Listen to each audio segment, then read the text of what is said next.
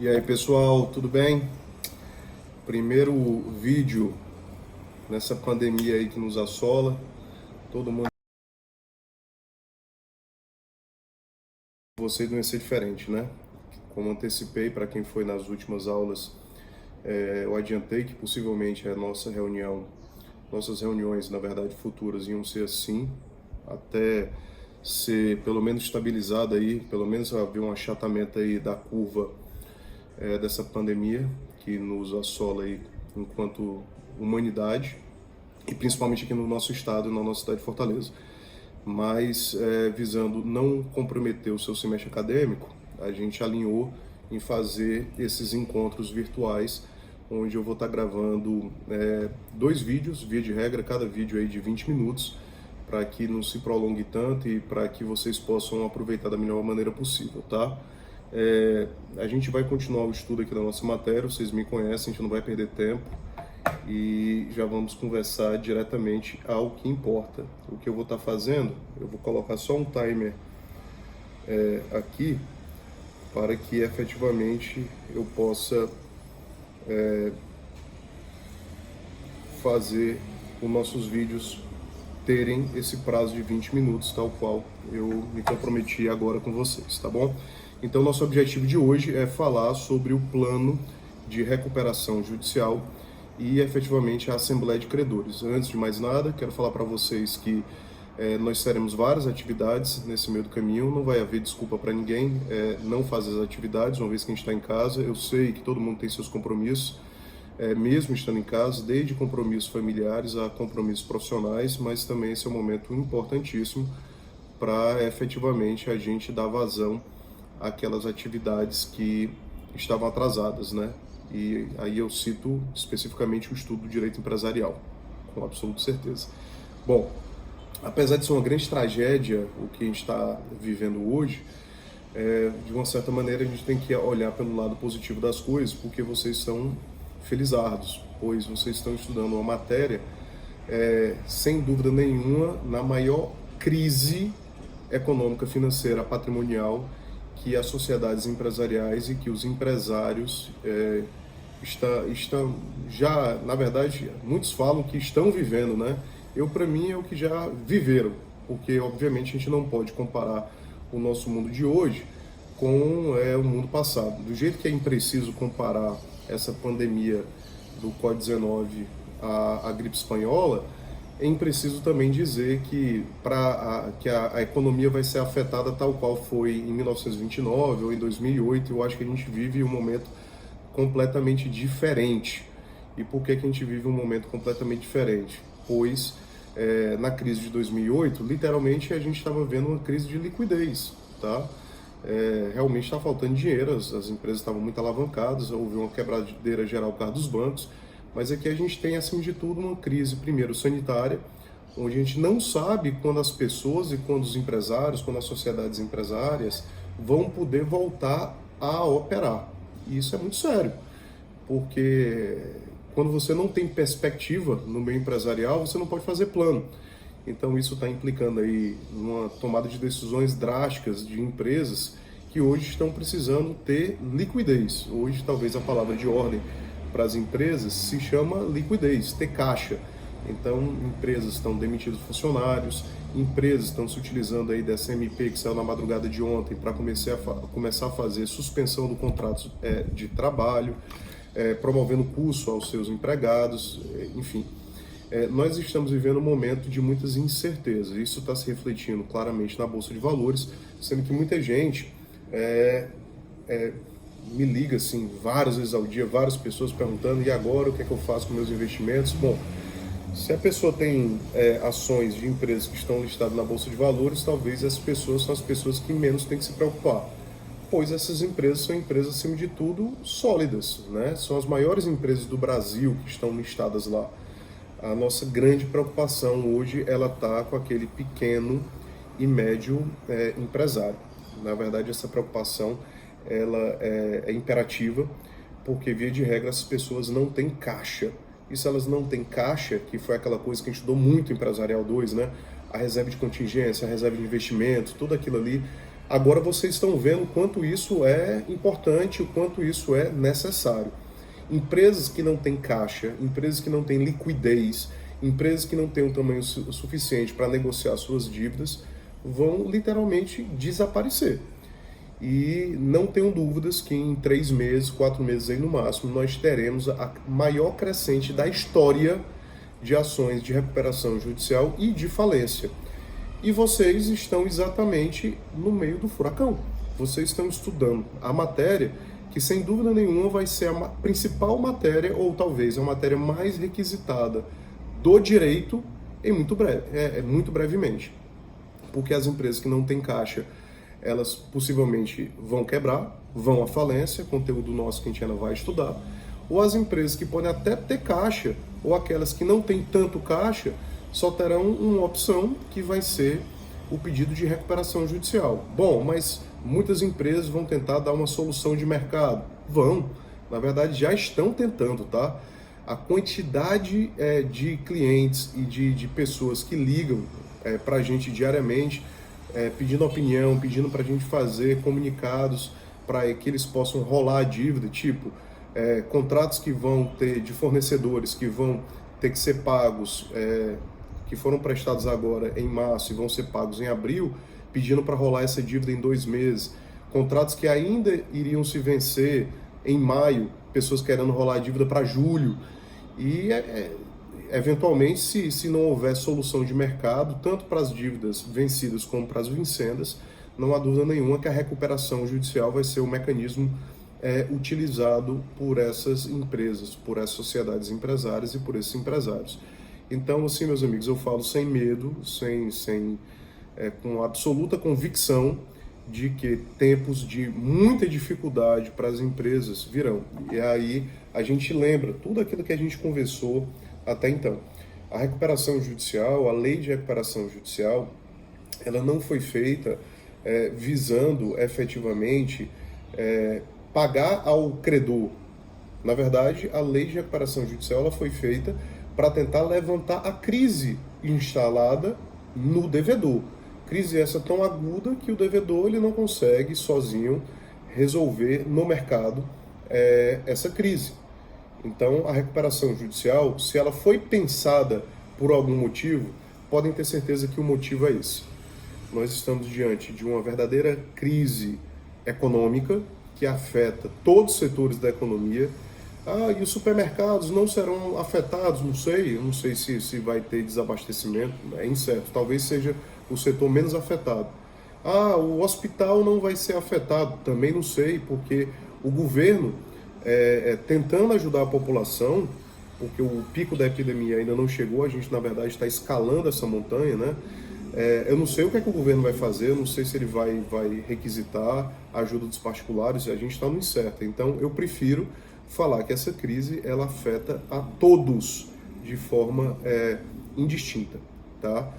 Então, se essa lei ela foi pensada para um momento de crise enfrentado para a empresa, meus amigos, o momento é esse. Nós chegamos e nós estamos vivendo ao vivo e a cores essa situação, tá? O que reforça a necessidade do nosso estudo quanto a essa matéria tão importante. Talvez agora as pessoas vão perceber o quanto essa matéria ela é importante. E talvez por esse momento de crise se force a uma mudança de paradigma também. Talvez as pessoas que efetivamente trabalham com esse segmento, operam nesse segmento, né, sejam advogados, sejam juízes, sejam desembargadores, sejam promotores, eles possam começar a ganhar mais aderência quanto à matéria, estudando mais a matéria e trazendo um pouco mais de previsibilidade sobre as decisões judiciais no tocante a essa matéria, o que a médio e longo prazo pode representar uma vantagem para toda a sociedade, para todo o sistema, tá? Bom, especificamente agora voltando na nossa matéria, tá? No nosso último encontro, a gente estava estudando lá o plano de recuperação judicial.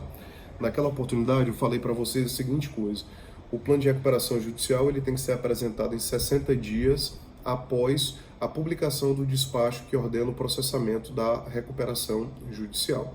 Muito bem, a gente sabe que esse plano de recuperação judicial ele tem que trazer algumas diretrizes que são impostas por lei lá no artigo 53 e seguintes. Porém, O que mais importa saber é que no plano de recuperação judicial você tem que traçar a estratégia que você pretende desenvolver e convencer aos seus credores que a sua estratégia ela é boa, adequada, suficiente. A gente viu também que uma vez apresentado o plano de recuperação judicial, logo na sequência, o juiz ele tem que, na verdade, fazer publicar a juntada desse plano de recuperação judicial para que os credores tomem conhecimento sobre esse plano. E a partir daí começa a se contar um prazo de 30 dias para qualquer credor apresentar objeções ao plano.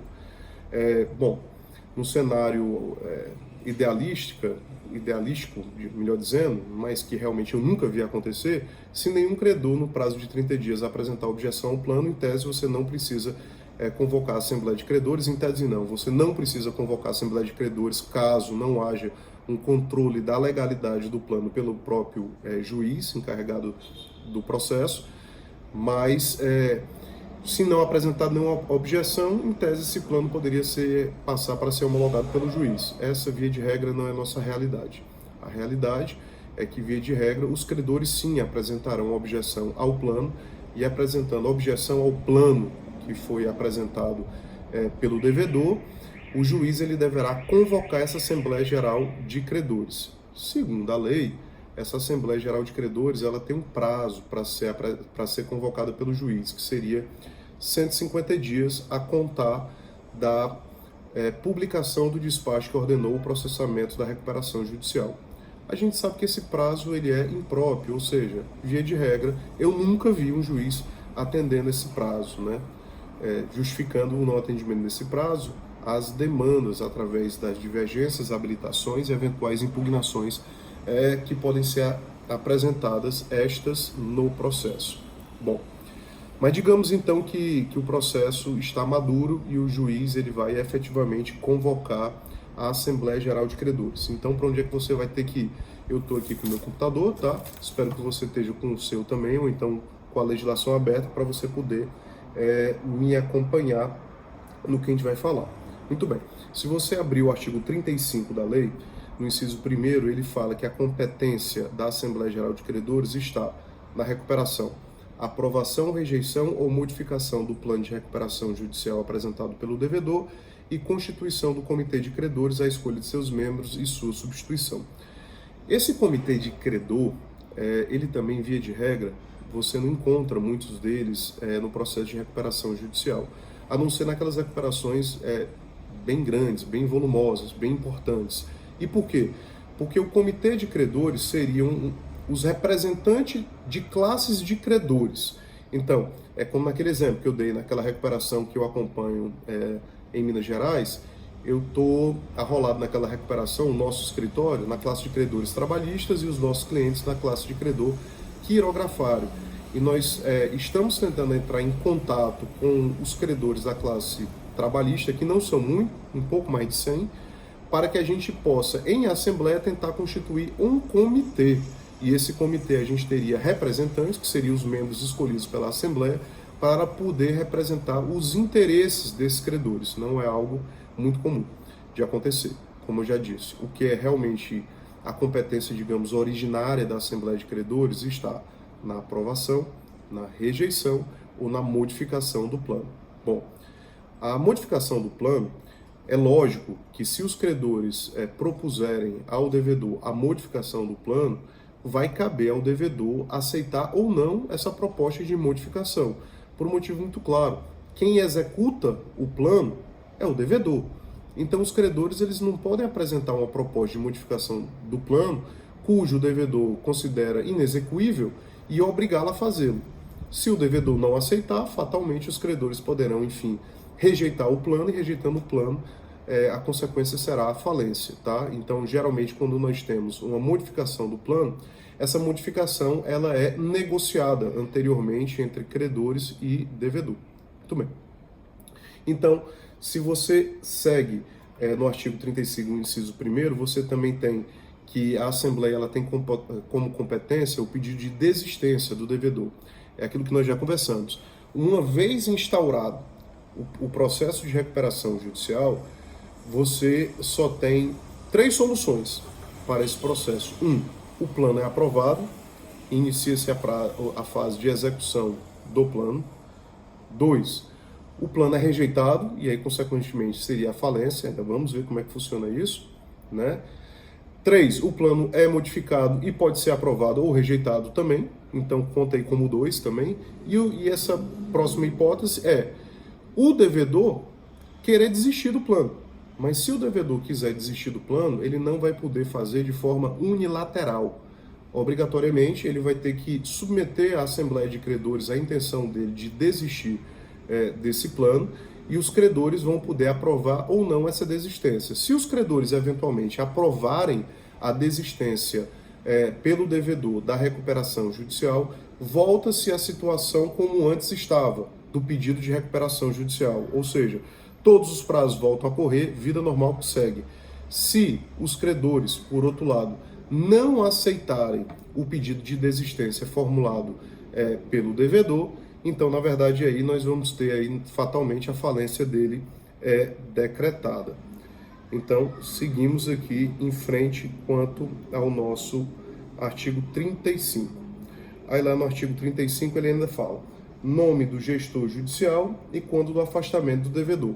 Essa é uma situação muito remota, tá, de acontecer. Seria uma situação que, se fosse constatado que efetivamente o devedor está colocando em risco a atividade empresarial dele mesmo, ou seja, se o administrador ou o controlador ele está adotando práticas que está colocando em risco a própria atividade da empresa, que poderia vir a prejudicar o próprio plano de recuperação judicial, poderia o juiz destituir excepcionalmente o devedor da administração e nomear um gestor judicial. Esse é um caso altamente raro, porque se isso está acontecendo, via de regra, nós já estamos nos encaminhando à falência do devedor e não ao processo de recuperação. E por último, ele fala que qualquer matéria que seja de interesse do credores. Bom, essas matérias elas podem vir desde remuneração do administrador judicial ou até a parcialidade ou imparcialidade, enfim. Qualquer matéria que eventualmente for do interesse dos credores, eles podem solicitar, requerendo, desde que atenda o quórum também necessário em lei, podem requerer ao juiz para que o juiz eventualmente convoque essa Assembleia Geral de Credores. Bom, nós temos só mais 3 minutos, então o que é que eu quero mais falar nesse vídeo? No momento que essa Assembleia é convocada, do jeito que vocês estudaram lá em Empresarial 1, quando estudaram as Assembleias da Sociedade Limitada e as Assembleias da Sociedade Simples e Empresarial 2 nas SAs, quando a gente convoca a Assembleia, e aqui também não é diferente, você vai ter que atender a 2 quórums, o quórum de instalação e o quórum de deliberação, tá? Inicialmente, esse quórum de instalação, ele também está previsto em lei. Quem convoca essa Assembleia sempre será o juiz. Porém, quem irá presidir essa Assembleia, por competência também legal, será o administrador judicial, secretariado por algum credor. Via de regra, é o administrador que escolhe, o administrador ele já tem essa ata pronta, então ele escolhe somente um dos credores, talvez o credor que tem o maior crédito, para assinar a ata junto com ele. Mas o que é que eu quero falar com isso? Apesar da lei mencionar que o quórum de instalação e de deliberação devem ser atendidos, quem deve verificar o atendimento desse quórum é o administrador judicial, pois já que o administrador judicial ele será o presidente da Assembleia, a ele também competirá observar se os quórums previstos em lei foram atendidos ou não. Então eu vou encerrar esse primeiro vídeo para poder cumprir o prazo de 20 minutos e logo na sequência que eu já vou começar a gravar o próximo vídeo dando sequência a esse nosso primeiro encontro, tá bom?